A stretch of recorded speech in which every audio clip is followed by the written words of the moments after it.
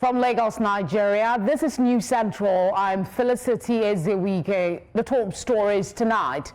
Senate passes 1.48 trillion naira 2025 appropriation bill for Rivers State, following consideration by its ad hoc committee.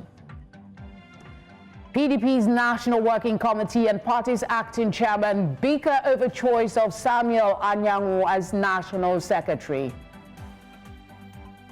Iran set to halt cooperation with International Atomic Energy Agency, insists it will not give up its civilian nuclear program. In business, African Continental Free Trade Area after eyes $712 billion digital trade market by 2035. And in sport, Nigeria Super Falcons arrive in Casablanca ahead of the 2024 Women's Africa Cup of Nations tournament.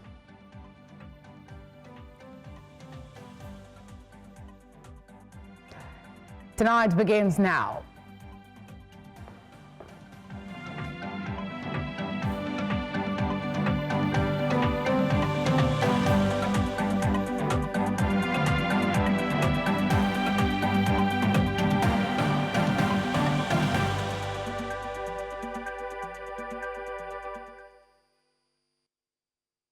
Thank you for being here. We begin tonight from the Senate chamber, where its committee has passed the 1.48 trillion naira 2025 appropriation bill for Rivers State, following the presentation and consideration of a report by its ad hoc committee on the emergency role in the state. The report was laid before the chamber during plenary on Wednesday and subjected to a clause-by-clause consideration by the committee. The bill scaled third reading thereafter. Also submitted were reports on the screening and confirmation of nominees for key state institutions, including the Rivers State Independent Electoral Commission, Civil Service Commission, Local Government Civil Service Commission, and the Primary Healthcare Management Board. Debate arose over Clause 311 concerning the appointment of a non-indigene to head the Rivers State Independent Electoral Commission, but was later put to bed after a series of deliberation. In a related development, the House of Representatives has approved the extension and implementation period for the capital component of the 2024 budget from June 30th to December 31st, 2025. This approval follows a similar resolution by the Senate to also do the same. The House further approved the sum of over 1.3 trillion naira as the operational cost for the Nigerian Customs Service for the 2025 fiscal year. News Center's correspondent Idong Joseph has more for us on this. Section 13 and explanatory memorandum carried. The approval process began with the reading of a letter from President Bola Tinubu, followed by the second reading of the proposal, its passage, and consideration by the Committee of Supply, which reviewed relevant clauses. From 30th June 2025 to 31st December 2025 of related matters, HB 2404. And in so doing, we have three clauses, beginning with amendment of the 2025 Appropriation Act, carried. The committee also considered a report from its Committee on Customs recommending the allocation of over 1.3 trillion naira as projected expenditure for the Nigeria Customs Service in 2025, carefully considering the proposal's clauses and recommendations. So we go to recommendation number 1, carried. Recommendation number 2, carried. Recommendation number 3, carried. Immediately after both reports were considered, the House then reverted to plenary where both reports were presented, adopted, and approved. The House in Committee of Supply considered the report on a bill for an act to amend the 2024 Appropriation Act to further extend the capital components of the Act from 30th June 2025 to 31st December 2025.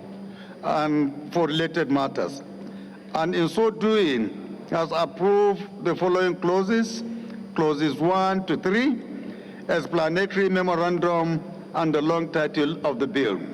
Consider the report of the Committee on Customs and Excise, and in so doing, approved recommendations 1 to 8 and recommendation 9 as amended of the report. Among other key reports laid before the House were a bill seeking to repeal the existing National Lottery Act and regulate all forms of online and remote gaming within and outside Nigeria. The Nigeria Police Trust Fund Act No. 6 of 2019 also amended to extend the lifespan of the fund to support continued training, provision of security equipment, and capacity building for police personnel. In Abuja for News Central, I am Idonk Joseph. Thank you, Joseph. The battle for supremacy has continued to rock the ship of the People's Democratic Party, the PDP. This is as the party's National Working Committee, with 11 members, rejected acting chairman Iliya Damagun's decision to reinstate embattled National Secretary Samuel Anyanwu. The dissenting members argued that Damagun lacks the authority to unilaterally make such decisions, citing the party's constitution. They also dispute the postponement of the June 30th National Executive Committee meeting, insisting that the next scheduled gathering remains binding. Meanwhile, Minister of the Federal Capital Territory, Nyesom Wike, and the President of the Senate, Godswill Akpabio, have taken a swipe at the opposition People's Democratic Party and the Labour Party over their inability to resolve the party's internal crisis. Wike, during the commissioning of the newly constructed interchange bridges of the aerial road N20 over Outer Northern Expressway in Abuja, blasted the leadership of the PDP over its recent meeting with the Independent National Electoral Commission, where they were tasked to obey the judgment of the Supreme Court bordering on the position of the party's national secretary. Ignorance, that you are not, that you are ignorant of the law. It's not an excuse. It's not an excuse. I feel so bad when people can now move to INEC for INEC to direct them to the Supreme Court judgment. It's most unfortunate. A political party would now go and ask from INEC, what do we do? INEC would now direct you and with the Supreme Court judgment. You see, when you shoot yourself, you say somebody that shot you. Continue to shoot yourself. I will not be my job to shoot myself. So it's not only PDP that is in disarray. Even the Labour Party is cracked. And people who are strong members of the Labour Party are angling to run Nigeria when they cannot put a small political party like that in order. So I want to join the President to see a vibrant opposition. Senator Naida Imasuen just decamped this afternoon from the Labour Party and moved from the left-hand side in the Senate to the right-hand side. So that took my time, our minister. I had to do that ritual. I'm not tired. I'm happy to receive them because our doors are open in the All Progressives Congress. So congratulations to Imasuen, who has decided to leave the fractured Labour Party to join the APC. For this conversation, I'm joined by PDP stalwart Andrew Enatome. Thank you very much for giving us your time. I mean, in one day, we have two separate statements from the same party. We know that the PDP is already conflicted, but talk to us about these, what some persons have described as a clear evidence that something is intrinsically wrong with the PDP.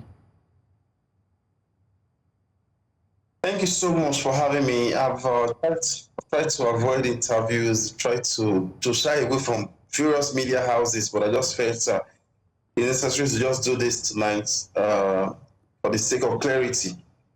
You know, it is no doubt that PDP has some little challenges, you know, not quite long, but it's been put to rest. That's the truth of the matter. When the party secretariat today, where the leadership of the party met, the major stakeholders of the party, all the various organs of the party members were fully present. We have the minority leader from the Senate was there. The minority leader from the House of Rep was there. We have the secretary of the BOT was there. We have major NWC members were all available today in the party. And unanimously took that decision for the interests of the party. The decision was not just taken, this is the law, and they stood by the law, by what the law says. In fact, they've met with INEC, and INEC have told them that, look, if you do anything outside what the law says, INEC is an institution built and binded by law. If you do anything outside what the institution says, what the law says, of course, the party will be in total comatose, and we don't want to destroy this party. And for the sake of peace, for unity and peace of the party, we just have to support what the Supreme Court said, which is Anyanwu being the authentic national secretary of the People's Democratic Party. This is just the situation of ground, and this is okay. I'm a bit confused. I'm a bit confused. Which of the statements are you backing here? Is it the one that came later this evening, or the one by the acting national chairman, Damagun? Which of the statement is in fact from the National Executive Committee? The acting national chairman is the head of the party. So how do you explain a statement later from NEC that is saying that no individual, group or party, including the NWC, has the authority to cancel or vary decisions that are reached by the NEC? NEC have never reached any decision. The last meeting that was held in the 99th meeting, it was described as mock NEC meeting. There has not been an official communication of a NEC meeting to the INEC, which the INEC have clearly stated that the people that can communicate an official meeting to us is Damagun and Anyanwu. And for the sake of peace, for peace to reign in the party, Anyanwu have to continue his activity as the national secretary of the party so that he can communicate officially to INEC. So is this a consensus now? Because, I mean, I guess you understand where I'm coming from. And a lot of Nigerians who follows the news today, you get where the confusion is coming from. So is the first statement from the acting chairman was that the meeting for the 30th has now been converted to a caucus meeting. Then you have another statement. You need to give INEC 21 days. You need to give INEC 21 days of ultimatum before you can convey a NEC meeting. But the issue here, correct? I'm sorry to keep interrupting, but the issue here, for clarity's sake, is INEC says that you don't seem to have a national secretary to sign the communication to them, right?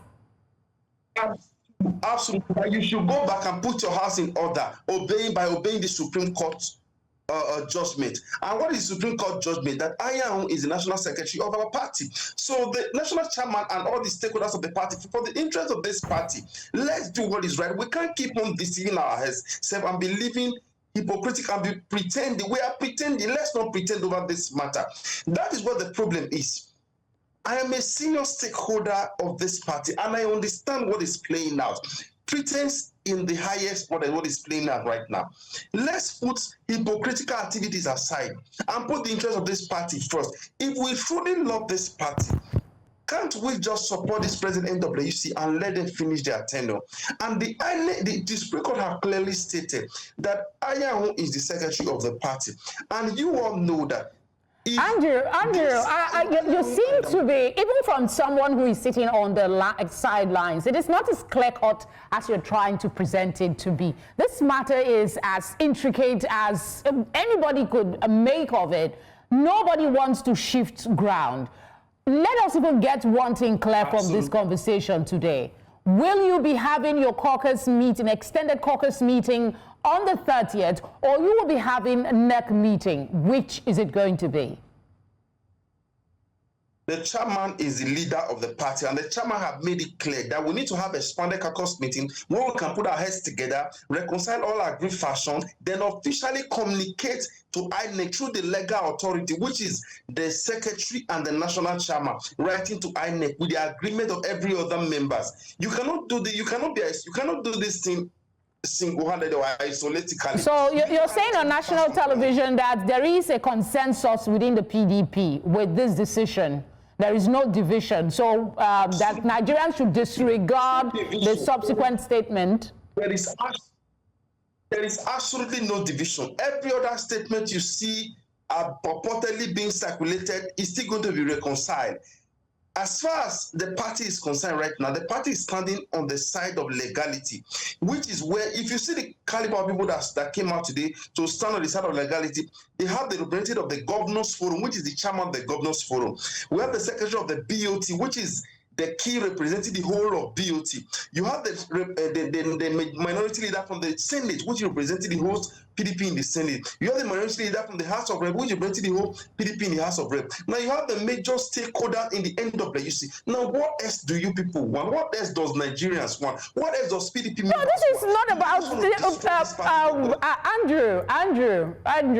I think maybe this is not really about Nigerians generally. This is a party matter, an internal affair. Absolutely. We can only be spectators to what is happening. If you don't put your house in order, it is the party that loses at the end of the day. So talk to us about these comments. Already swipes are being taken at your party. So sorry to interject. Let me just put this so you can respond.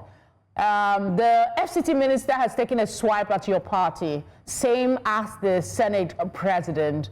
Do you expect that in the coming days we will get some real consensus from the PDP and perhaps talk about other things other than your internal politics? As it stands right now, the party house is already in order. Anyanwu have resumed as the secretary of the party. Activities have commenced. Activities have always commenced before. Now, just that all these ring marori are just the normal rhetorics that happens within the party. Everybody is tired of this fight. We just want to move forward. We just want peace. We have elections to win. We have Ekiti beside us. We have Osun coming. We look at FCT. We don't even know where we are.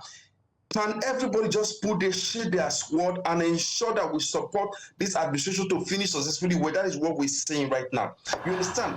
This fight is not necessary. It was never even necessary in the first place. It was never necessary. All right, Andrew. I'm sure a lot more Nigerians want the PDP to succeed if we are to have a vibrant space for viable elections. Thank you very much for speaking with us. We appreciate your time. Tonight returns after this short break. Stay with us.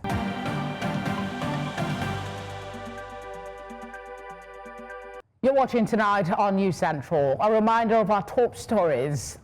Senate passes 1.48 trillion naira 2025 appropriation bill for Rivers State following consideration by its ad hoc committee.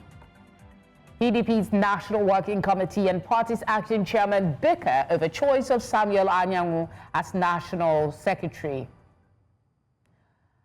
Iran is set to hold ties with International Atomic Energy Agency, insists it will not give up its civilian nuclear program. Let's return now to our top story. We did tell you that the Senate committee has passed the 1.48 trillion naira 2025 appropriation bill for Rivers State following the presentation and consideration of a report by its ad hoc committee on the emergency role in the state. The report was laid before the chamber during plenary on Wednesday and subjected to a clause-by-clause consideration by the Committee of the Supply. The bill scaled third reading thereafter. Also submitted were reports on the screening and confirmation of nominees for key state institutions, including the Rivers State Independent Electoral Commission, Civil Service Commission, Local Government, Civil Service Commission, and the Primary Healthcare Management Board. A debate arose over Clause 311, considering the appointment of a non-indigent to head the Rivers State Independent Electoral Commission, but was later put to bed after a series of deliberations. For some perspective, we're joined by Jacob Pele, a political affairs analyst, who joins me now to discuss the appropriation. Thank you very much for giving us your time. Given the significant increase from 800 billion 2024 budgets to what we now have in this appropriation bill, what factors would you say drove the substantial revision? What specific development project or initiatives are prioritized in this bill that weren't adequately addressed in the previous one? I will say to you that there's no other way I can describe this other than political rascality.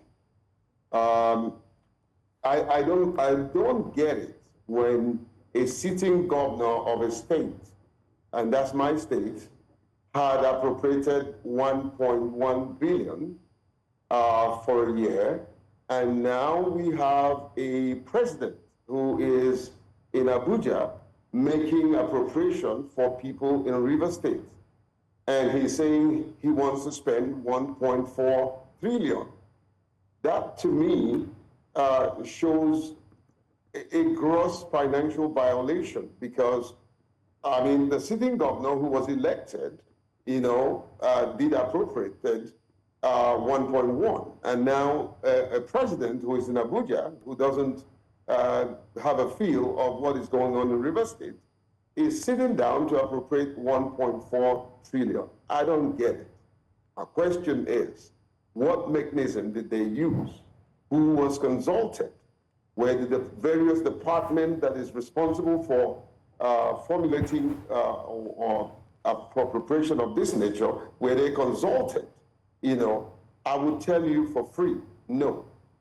And so what we have today is a total violation of the Constitution, a total neglect of the people, an absolute aberration of the scarce resources of Rivers people. Some would argue that the Constitution, as far as some would argue that the Constitution, as far as River State is concerned, has been suspended. As such, we have an emergency rule. Everything is being handled at the federal level. Whatever concerns you may have would have to be treated, but the state has to continue functioning. So aside these concerns about illegality, are there issues with the budget that concerns you more, or you would rather disregard the entire process? It's an absolute unseriousness on the part of those, both the executive arm and the legislative arm that are passing this budget, are totally, completely unaware of the people. And I've always been focused on the people of River State that has been marginalized, this gross injustice being perpetuated on them, this total disregard of dignity and the human rights of persons from River State that are being violated. There is nothing legal about what they're doing. They know what they're doing. It's almost like they're trying to gather or maybe take funds from us for whatever reason that they want. I mean, this whole thing is just too laughable on the part of the citizens of River State. We shouldn't be treated like this. We accept, we refuse to accept this rascal. Two things as you speak, sir. Instead of concentrating on the budget, let me ask you this instead. The state of emergency was declared for initial 6 months, and I'm just counting in my head from March to now. This will be the 5th month, meaning that next month we're supposed to see some sort of reaction from the federal government as regards the situation in Rivers State. Would you much rather there is a stalling of issues that have to do with the finances of the state until issues are resolved, or there should be some other way for this to be managed so that affairs in the state and workings will continue? Well, any right-thinking person will toe the line that you just expressed. Any right-thinking person, take for instance, you're making a budget for a governor, or so to speak, the administrator who is not elected, who is now making a budget that will be forced on an elected governor when he assumes office. And that's one thing that is of concern to me, because these individuals were never given the mandate. The president was not given the mandate to rule Rivers State. He wasn't. He was given the mandate to rule the entire country and have a sitting governor that reports to the people that elected him, and of course, he will respect the president. However, what they're doing right now is set a booby trap for the governor when he has resumed, you know, and we need to watch it, because this is a mockery of democracy. And we cannot continue like this and think that we are practicing democracy. We are practicing what I call democracy. That's what it is. I mean, it's almost mute, but I have to ask it. There was a mention, and you also alluded to it, that the budget was drafted with Fubara's return in mind, so that there can be some sort of seamless transition and continuity in governance. Do you see that as, you know, something that is achievable, considering how intricate the whole thing has become? Listen, I don't even believe anyone anymore. I don't believe anything coming from the government anymore, because it's like a state of a quagmire. It's like we are in a banana republic. That's what it's looking like, you know. And so you listen. I'm so very emotional about this, because this is a violation of the rights of citizenry that is supposed to be part of the Nigerian project.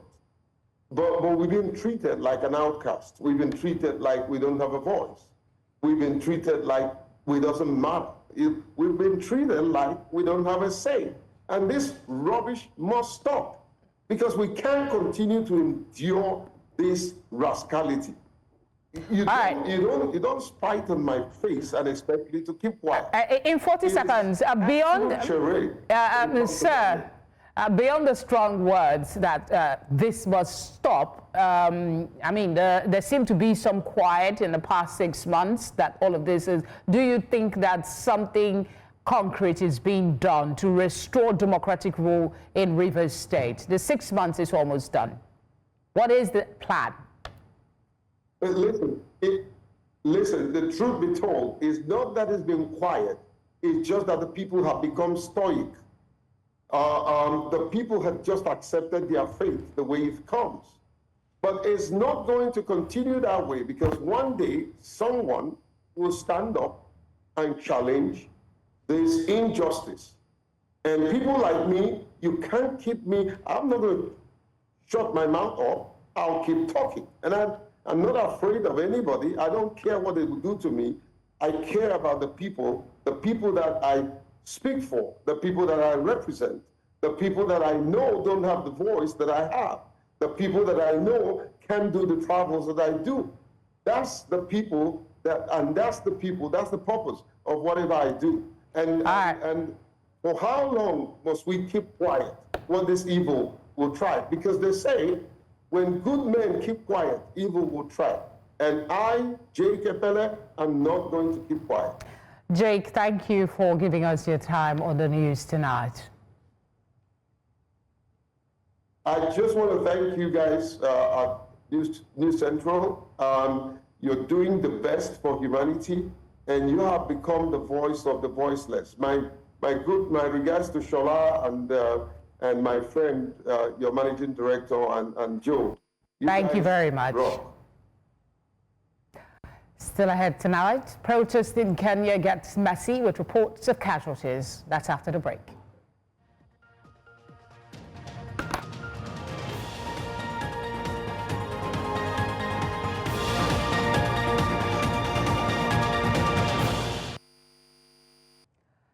Lagos residents have seized the occasion of the 60th birthday celebration of Governor Babajide Sanwo-Olu to demand more from his administration. The event held on Wednesday, and it treated well-wishers, many of whom are political allies, to great renditions. News Central's Victor Mbadike has more.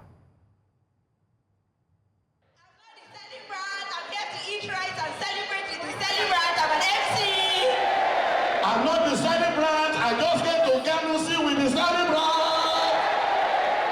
I'm the celebrant. Out of his many administrative duties, Governor Sanwo-Olu spent time on the dance floor to celebrate his 60th birthday with friends and close associates.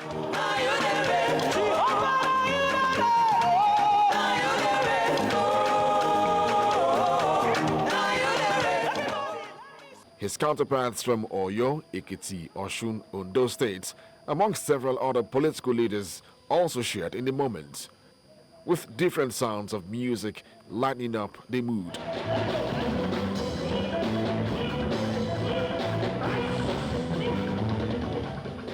Wish our dear governor, Mr. Babajide Sanwo-Olu, a wonderful, wonderful happy birthday. 60 years is a year and a milestone that so many are yet to accomplish. We thank God for today and we wish him many, many more years. Happy birthday, Mr. Governor. We're proud of you. May you have many more years. May your tenure end in complete and utter success. He's a lovable person, he's a nice person, he's a nice guy, always very, very friendly. So my wishes for him is that as he turns 60, I pray for more and more blessings for him, and I really pray that whatever he plans to achieve in his life, he'll get it. I want to wish him happy birthday, many happy returns. He will excel in life. He shall never have sorrow over his children. He shall know peace. Participants used the occasion to remind the governor of his responsibilities and campaign promises to the people of Lagos. He should just keep focusing on his manifesto, all the things he's promised to do. We're seeing changes bit by bit. He shouldn't be disillusioned. We're proud of him. We're behind him. I think it's always about the promises he made to the Lagosians to actually kind of like make life better for them. So basically just keep doing the job as a governor, because the job really is to make things better for the people of Lagos State. We just hope to see many, many more opportunities in terms of growth, business growth, especially for business owners and for all citizens of Lagos. The governor may have successfully put together his birthday anniversary.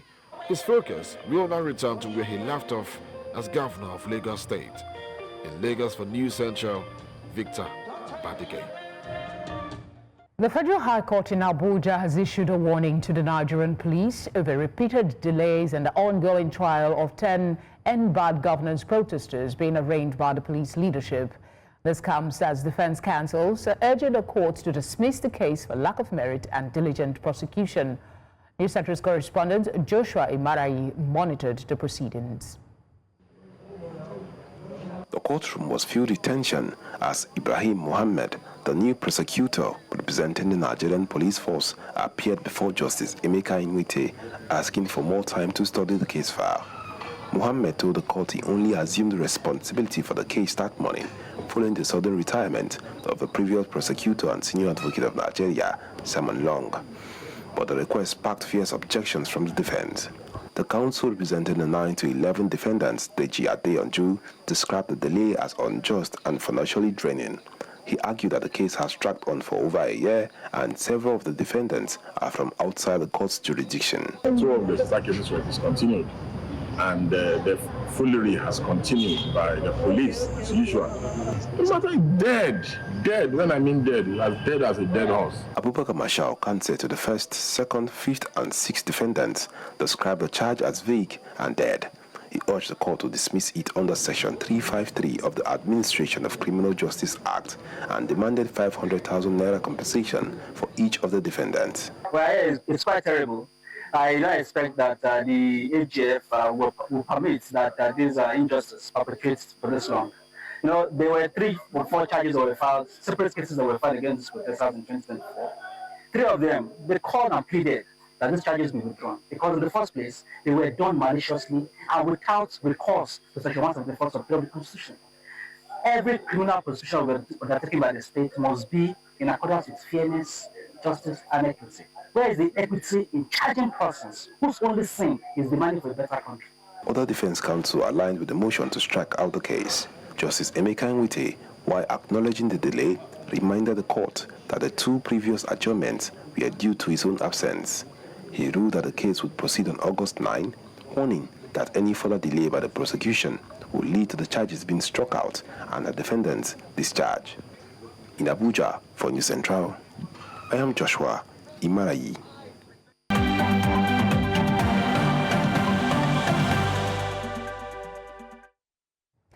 Away from our shores, 8 protesters were reportedly killed and at least 400 injured following protests across Kenya on Wednesday. This is according to a statement by a coalition of rights group, which noted that the protesters have been treated for gunshot wounds. 3 of the injured include police officers. An initially peaceful commemorations degenerated into chaos as scattered groups ripped up flagstones to throw projectiles at security forces and chanted for the resignation of President William Ruto.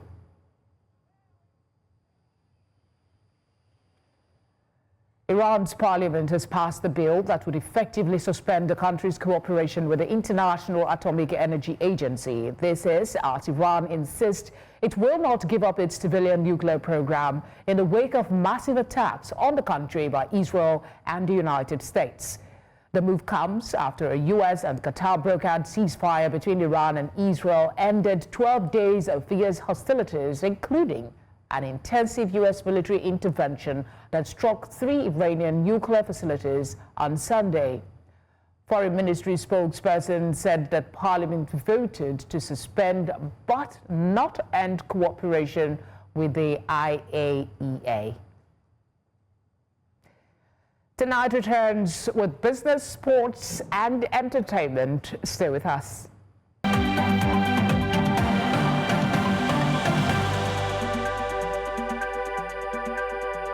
We're joined now by Perpetua. Perpetua, good evening. Good to Felix. Well, first off, it's interesting to note that the president is expected to sign the tax reform bills into law by Thursday, and we'll also have the after-story details shortly.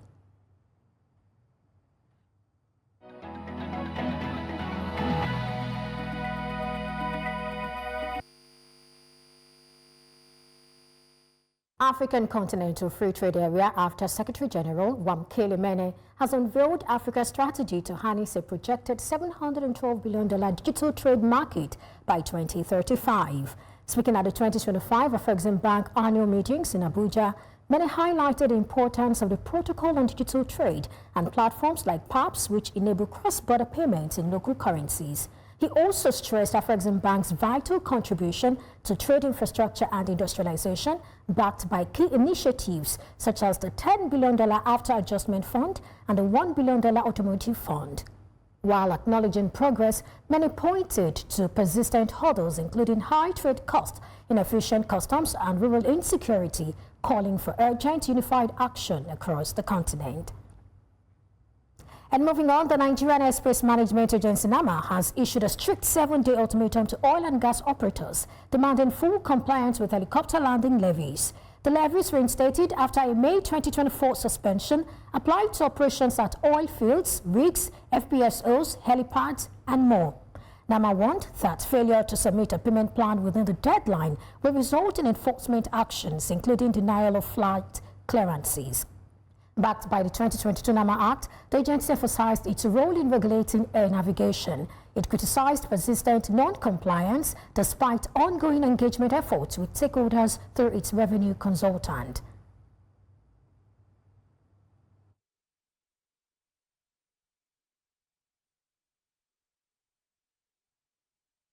To the stock markets now, the equities market sustained its midweek rally, surpassing the 121,000 point. Gains were primarily fueled by strong performances from Bracement, Zenith Bank, and Wando. Accordingly, the month to date and year-to-date returns settled at 8.5% and 17.8% respectively. Now let's take a look at the snapshot. When we take a look at the snapshot, it's up 122 basis points. That's 1.22%. And you have the all-share index closing 121,600 257.6. Now that's another high. And then the market capitalization, 76.76 trillion naira, another high right there. Now to sector performance, it's a clean sweep for the bulls as all sectors under our coverage finished in positive territory, showing broad-based investor confidence. Now let's take a look at what we have. We have the banking sector up 2.38%. Now talking about the banking sector, it's emerged as the highest performer, and that's on the back of strong gains in Zenith Bank, UBA, and Access Corporation. We have insurance up 1.97%, and we also have oil and gas up 1.10%. And of course, you have Owando to thank for that. Owando did 10% today, so that lifted the index. You've got the consumer goods up 2.25%. And finally, you've got industrial goods up 2.24%. And that, of course, is a wrap on Business Tonight. Many thanks for watching. I am Perpetua Fasama Peter. Tonight continues.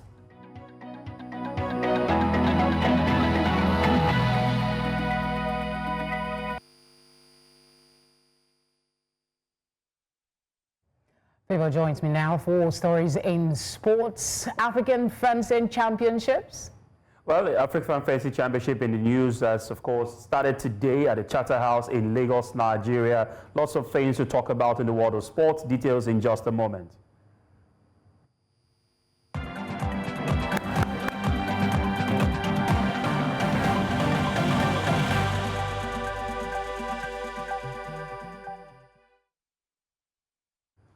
The 23rd African Fencing Championships kicked off on Wednesday, 25th of June at the Charterhouse, Lagos. Egypt captured the tournament's first gold medal, reaffirming their status as a continental powerhouse. Team Nigeria delivered a spirited performance with rising stars Wisdom Okolamo and the Indo-Esi siblings, Mahadi and Mahati, advancing to the knockout stages of the men's individual EP event. Now, despite facing seasoned opponents in the preliminaries, the trio displayed remarkable skill and determination. Veteran fencer Adebola Babade, the oldest member of Team Nigeria, also progressed to the round of 32. However, all Nigerian contenders were eventually eliminated in the knockout rounds by more experienced adversaries. 26 countries and more than 200 athletes are participating at the tournament, and according to the president of the Nigerian Fencing Federation, Adeyika Samuel, the turnout is greater than expected.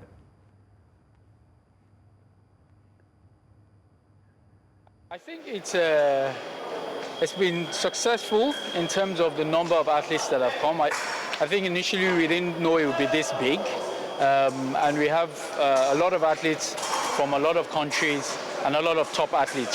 So I think it's been a very successful competition. We've been able to pull all the right athletes. That's what we want to represent. That's what we want to show.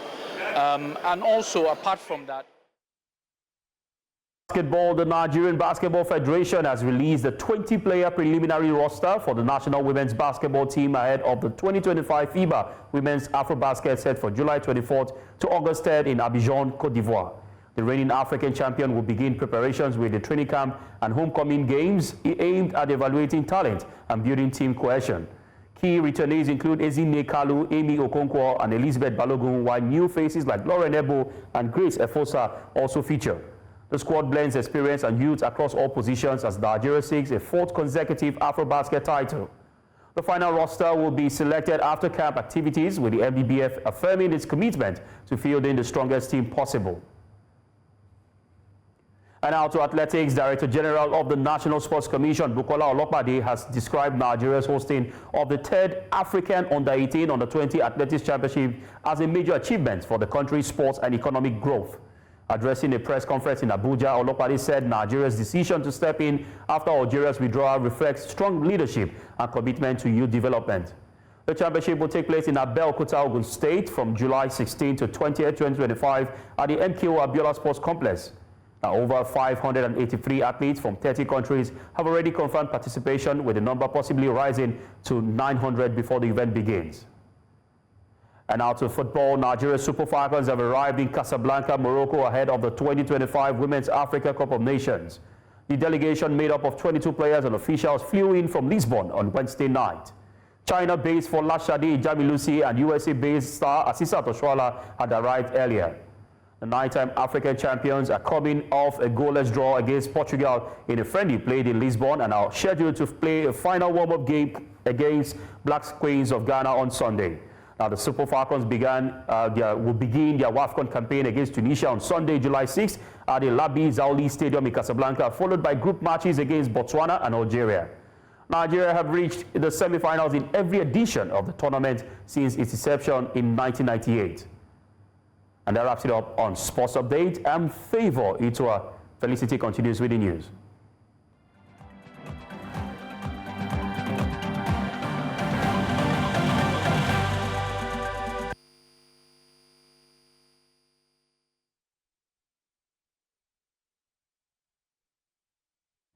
Time now for entertainment stories, and I have a door here. Yep. You know, anytime I show up with a smile, it's always good news and bad tidings. But I'll give you all the details shortly. Our star is shining. Yes, I'll give you the details shortly.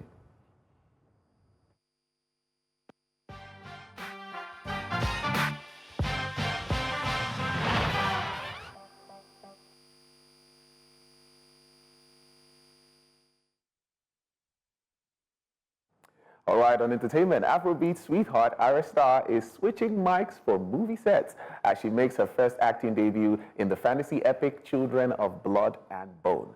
Known for lighting up the stage, Ara is now stepping into a bold new spotlight. Her first non-musical role ever. In a fun chat with CBS Mornings, she admitted acting has always been her dream, but her shyness kept it on a pause until now. Calling the experience transformational, she gushed over working with legends like Viola Davis, Idris Elba, and Cynthia Erivo, as well as the inspiring young cast as well. From recording studios to movie magic, Ara Star is clearly just getting started. Well, we're super excited for that as well, you know? I mean, if you can, I used to hear word, if you can think, if you can dream it, you can do it. You can do it. Should I start dreaming? All right, speaking about dreamers. Yeah, you can. Yeah. I mean, it's never too late. It's never too late, right? Well, speaking about one very interesting dreamer, from rap bars to city hall dreams, that Zoran Mamdani is making major moves. The Ugandan rapper turned New York State Assembly member just dropped the mic on the competition, winning the first round of the Democratic primary for NYC mayor. With 43.5% of the vote, Mamdani beat the former governor, Andrew Cuomo, and is now the official Democratic nominee. Known for the rap duo, he's from a rap duo called Cardamom. He's blending beats with ballads, and the voters in Queens, Brooklyn, and Manhattan are clearly vibing with his vision. Quoting Mandela, Mamdani called it a people-powered win, and the race isn't over yet. Well, NYC, your next mayor might just come with a fire playlist.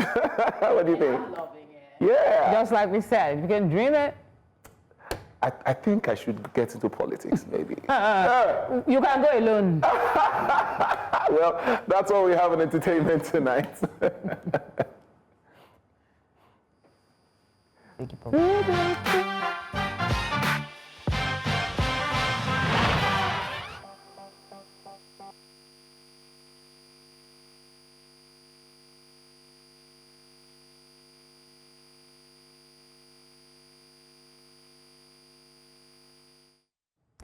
And that's the news tonight. But before we go, a quick reminder of our top stories. Senate passes 1.48 trillion naira 2025 appropriation bill for Rivers State following consideration by its ad hoc committee. PDP's National Working Committee and party's acting chairman bicker over choice of Samuel Anyanwu as National Secretary. We also told you that Iran is set to hold cooperation with the International Atomic Energy Agency, insists it will not give up its civilian nuclear program. In business, Africa Continental Free Trade Area eyes $712 billion digital trade market by 2035. We would love to hear from you. Please send your eyewitness report to the number showing now on your screen. You can do that by also following us on social media at News Central TV. You can catch up on all the latest stories by watching live on DSTV channel 422, GoTV channel 23, Star Times channel 274, Avo TV, and on YouTube. Thank you for your time. Have a good night.